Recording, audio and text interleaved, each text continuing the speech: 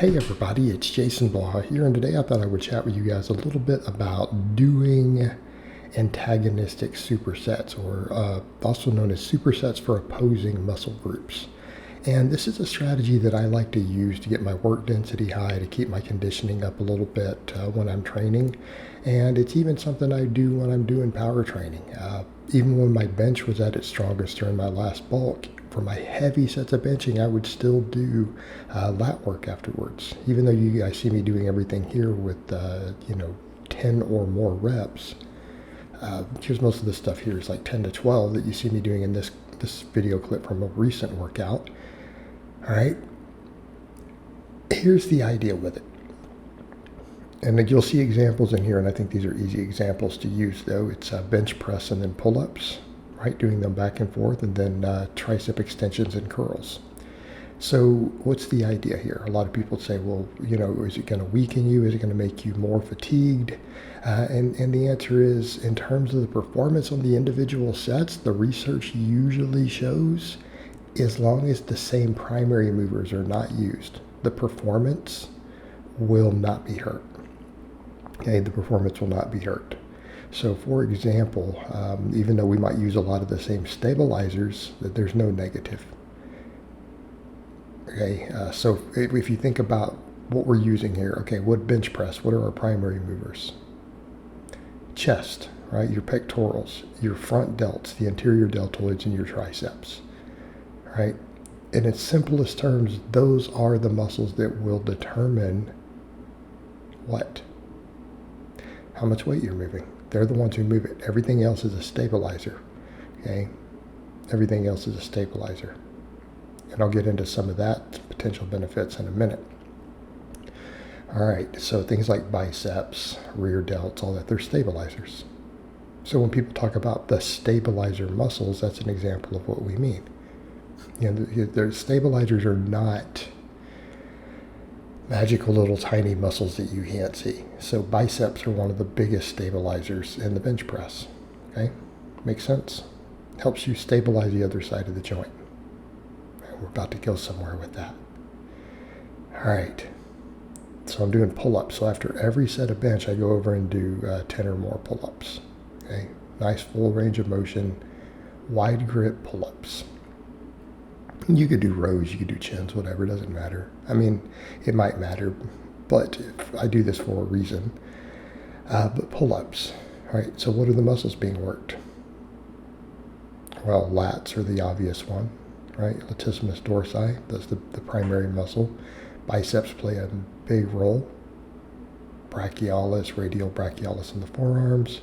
Posterior deltoids, mid and lower traps, right? Those are all used. Well, those are all the stabilizers. But stabilizers don't hurt your performance if they get, a little bit of a pump. All right? So then what are the stabilizers?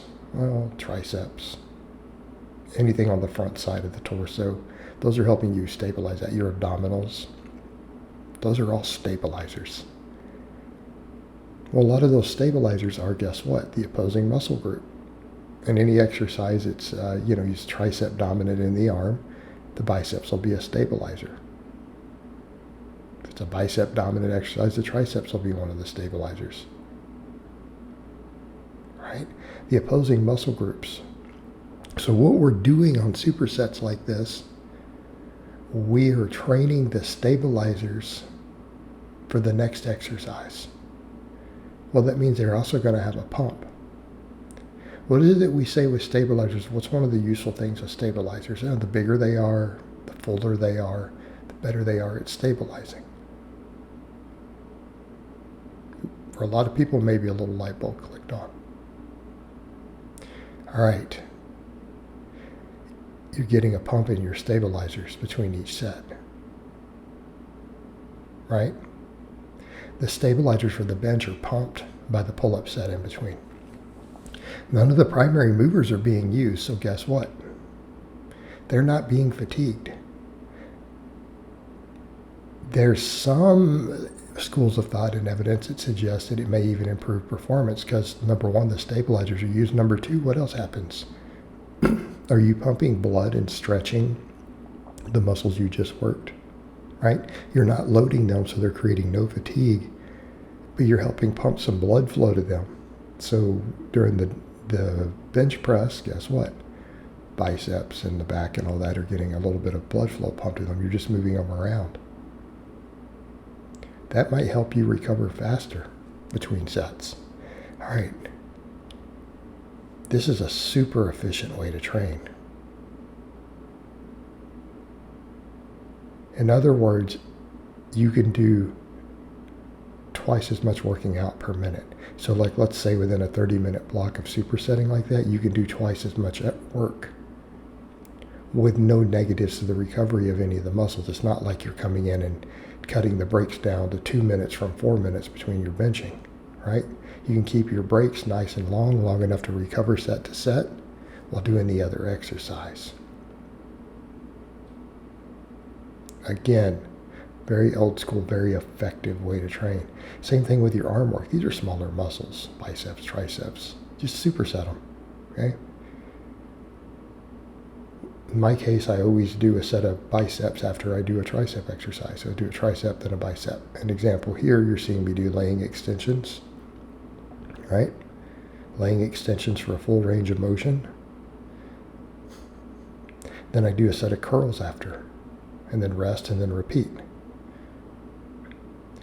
Well, we're doing the same thing. We're getting a pump in the stabilizers each time. We're helping re-stretch and get blood flow to the muscle that was just worked. A little bit of dynamic stretching.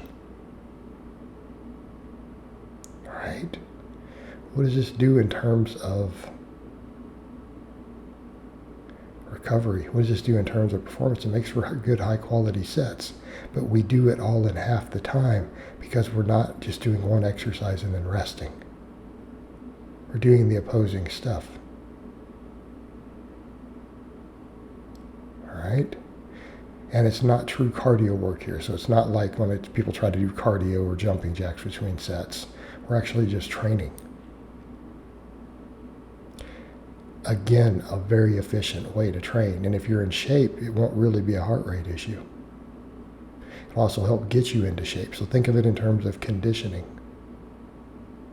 Especially when you start doing some of this with lower body stuff, which I've done at some different times. That's a whole different game. All right. Try doing some glute ham raises between your split squats. Man. But you guys, I think, get the idea at this point. All right, guys, but that's really all I have to say on that today. I hope it's been informative, and I'll talk to you guys next time.